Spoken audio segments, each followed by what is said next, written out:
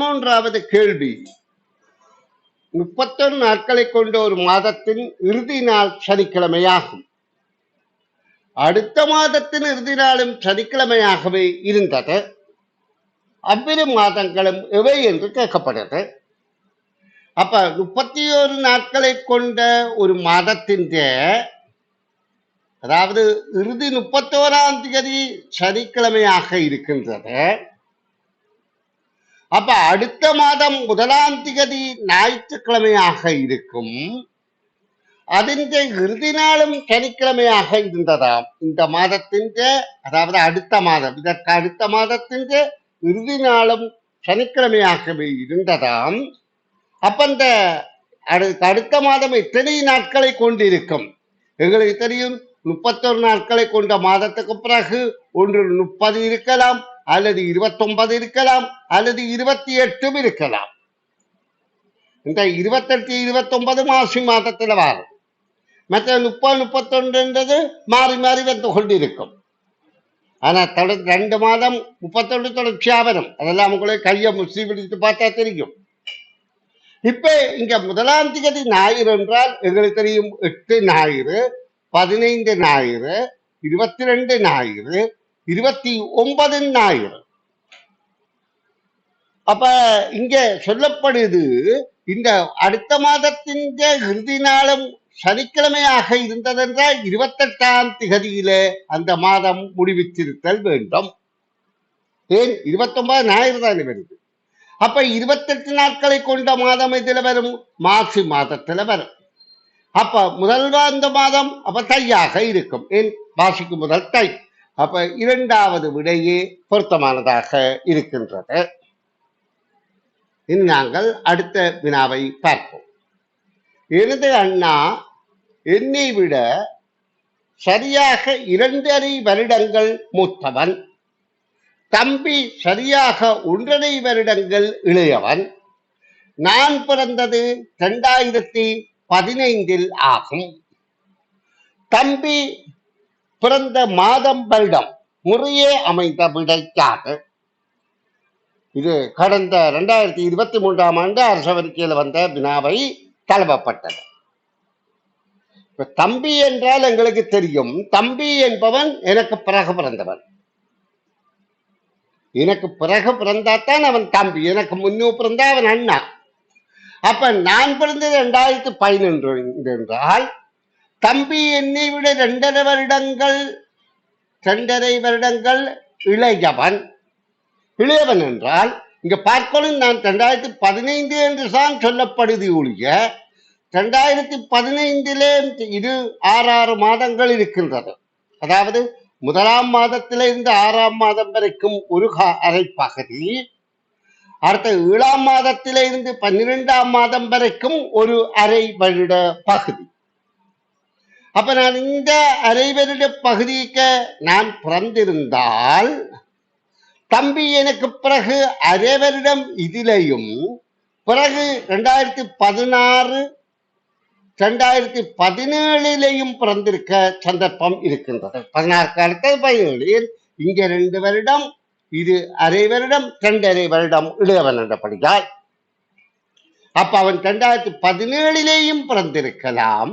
அப்படி இல்லை, நான் இந்த மாதத்துக்குள்ள பிறந்திருந்தால் 7/12 பிறந்திருந்தால் அவன் 2016 1 வருடம் இளையவன், 2017 2 வருடம் இளையவன், 2018 பிறந்தாத்தான் அவன் அந்த 6 மாதம் அரை வருடம் இளையவன் என்றால் 2018 பிறந்திருக்கலாம். அப்ப இங்க ஆயின் அண்ணா தம்பி பிறந்ததான் கேட்கப்படுது. நான் இப்ப தம்பியைத்தான் பார்க்கிறது. இப்ப தம்பியை பார்த்தால் தம்பி எனக்கு பிறந்தது 2017, 2018. இதுல அண்ணாவைத்தான் முதல் சொல்லணும், பிற தம்பியை சொல்லணும். ஆனா இங்க விட மாறி இருக்குதா? இல்ல, மாற இல்லை, கவனிங்கோ. அப்ப 2017, 2018 இந்த விட முதல் அண்ணா தம்பியை தந்திருக்கு. அடுத்ததிலேயும் 2017, 18 தம்பியை தந்திருக்கு. அப்ப இது பொருந்தாது.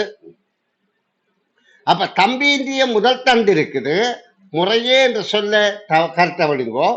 இது முறையே தந்திருக்கு. அப்ப 2 விட தம்பிக்கு பொருந்தும். இப்ப அண்ணா என்பது 2015 இருந்து எனக்கு முதல் பிறந்தவர். முதல் என்பதிலேயும் இந்த பிரச்சனை இருக்கின்றது. நான் இதுல பிறந்திருந்தால் இந்த அரை வருடம் இருக்கிற போனா 2 வருடம் முன்பு பிறந்ததாக இருக்கும். 2014 2013 இருக்க சந்தர்ப்பம் இருக்கின்றது. ஏன் 2013 2014 2015 அரை வருடமும் இருக்கின்றது. அப்படி இல்லை, இதில்தான் நான் பிறந்திருந்தால் அவன் 2012 பிறந்திருக்க சந்தர்ப்பம் இருக்கு. அப்ப 2015 13 என்ற விடைதான் பொருத்தம். அப்ப இதுதான் பொருத்தம், இதுவும் அங்கே பொருந்தவில்லை. அப்ப முதலாவது விடைதான் பொருத்தமானது. இனி நாங்கள் 15வது வினாவுக்கு விடைகாண் விளக்கத்தை பார்ப்போம். அன்று ஞாயிற்றுக்கிழமை காலையில் ஞானவி படிக்க ஆரம்பித்த போது கடிகார முட்கள் நிலைக்குத்து கிடையாக செங்கோணத்தில் காணப்பட்டன. அன்று மாலையில் படித்து முடிக்கும் போதும் கடிகார முட்கள் நிலைக்குத்து கிடையாக செங்கோணத்தில் காணப்பட்டது. அன்று ஞானவி படித்த மணித்தியாலங்கள் எத்தனை? விடையாக 3 மணித்தியாலம், 6 மணித்தியாலம், 9 மணித்தியாலம் என்ற 2 மணித்தியாலம் என்ற 3 விடை தந்திருக்கும். அப்ப காலையில நிலைக்குத்து கிடையாக இருக்குது என்றால், அதாவது காலை என்பது பொது கிடையாக இருப்பது இந்த கம்பியின், நிலைக்குத்தாக இருப்பது இது என்றால் 9 மணி. மாலையில நிலைக்குத்து கிடையாக இருக்கின்றால் இது 3, இங்க 12 நோக்கி இருக்கப்ப 3 மணி. 9 இந்த காலை 9 இருந்து மாலை 3 வரையில் எவ்வளவு நேரம்? 9 இருந்து 12 வரைக்கும் 3 மணித்தியாலம், 12 இருந்து 3 மணிக்கு 3 மணித்தியாலம், 6 மணித்தியாலம் என்பது கேள்விக்கான விடையாகும். இனி நாங்கள் 15வது கேள்விக்கு விடை காணும் விளக்கம் பார்ப்போம். 15வது கேள்வி, படத்தில 7 பேர் நிற்கிறார்கள். மைதானத்தில் 7 பேர் வட்டமாக கைகோத்து நிற்கின்றார்கள். தொடர்ச்சியாக 4 பேர் உள்நோக்கியும் தொடர்ச்சியாக 3 பேர் வெளிநோக்கியும் பார்க்கின்றார்கள். அப்ப இங்க எங்களை பார்க்க தெரியுது 7 பேர் நிற்கணும். இந்த 4 பேரும் தொடர்ச்சியாக இந்த 4 பேரும் உள்நோக்கி பார்த்து கொண்டிருக்கிறார்கள். இவர் உள்ளுக்கு பார்க்கிறார், இவர் உள்ளுக்கு பார்க்கிறார், இவர் உள்ளுக்கு பார்க்கின்றார். இவர்கள் வெளிநோக்கி பார்க்கிறார்கள். இப்ப எங்களுக்கு தெரியணும் ஒருவருடைய இடது வலது கை. இப்ப நாங்க ஒரு 3 பேரு இந்த படத்துல காட்டுறேன் பாருங்க. இந்த 3 பேரும் முன்னோக்கி பார்த்து கொண்டு இருந்தால் நாங்களே இவர்களாக கற்பனை பண்ணி பார்ப்போம். நீங்கள் தான் இவர் என்று நினைத்துக் கொள்ளுங்கள். இப்ப உங்களோட வலது கை இது, இடது கை இது. பக்கத்தில் இருக்கிறவற்ற வலது கை இது, இடது கை இது. அடுத்தவற்ற வலது கை இது, இடது கை இது. அப்ப நீங்க 3 பேரும் ஒரே திசை நோக்கி இருக்கும் போது தற்செயலாக கைகோர்ப்பீர்களா இருந்தால் இடது கையும் வலது கையும், இடது கையும் வலது கையும் தான் கோர்க்கிறீர்கள். அப்படி இல்லாமல் இவர் மறுதிசை நோக்கி நின்றால் அவருடைய இடது கை இதுவாக மாறும், வலது கை இதுவாக மாறும். அப்ப இங்க இடமிடம் கைகோர்க்கிறீர்கள், இங்க பலம் பலம் கைகோர்க்கிறீர்கள். ஏன்? ஒருவர் மறுதிசை பார்த்து நின்றார். அப்ப நாங்கள் இப்ப இந்த படத்துல பார்ப்போம். 7 பேர்களுக்கு இடையிலான கைகோர்ப்புகளின் எண்ணிக்கை எவ்வளவு? 7 பேர் இங்க வட்டமா நின்றால் 7 கைகோர்ப்பு இருக்கும். பாருங்க, நிக்காலத்தில் 1 2 3 4 5 6 7 கைகோர்ப்பு. அப்ப அதற்கு 7 விடை. ஒரு பக்க கைகள் கோர்த்து நிற்பவர்கள் எண்ணிக்கை யாது? ஒரு பக்க கை என்றால் வலது கை வலது கை அல்லது இடது கை இடது கை. இப்ப அதை நாங்கள் பார்ப்பதற்கு நான் விளக்கம் தருகிறேன் பாருங்க. இப்ப இதிலே நிற்பவர் நடுவில் நிற்கிறாள கருத்துல கொள்வோம். அவர் நாங்களாக இருப்பதாக இருந்தால் எங்கட கையை தெரியும். இது வலது கை, இது இடது கை. இது வெற்ற வலது கை, இது வெற்ற இடது கை. இது இவரின் வலது கை, இது இடது கை. அதே மாதிரி இது இவரின் இடது கை இந்த பக்கத்தால. இப்ப எதிர்பக்கம் பார்த்து கொண்டிருக்கிற நேரம் இப்ப இவர் இங்க அதாவது இவர் உள்நோக்கி பார்க்கிறார், இவர் வெளிநோக்கி பார்க்கின்றார். அப்ப நாங்க வலமிடம் பார்த்தோம், இது இடது பக்கம், இது வலது கை வெற்ற, இது வலது கை. இப்ப இவற்ற வலது கை இது, இடது கை இது, இது வலது கை, இது இடது கை, இது வலது கை, இது இடது கை. இப்போ ஒரே கை கோர்த்து நிக்கிறதுங்க இவே ஒருத்தர், இவர்கள் 2 பேர். அப்ப 2 என்பது அது விடையாகும்.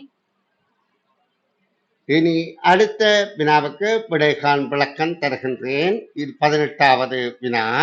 அதாவது கவனிங்கோ, 18வது வினா, உருக்கோலத்தை பார்க்கவும்.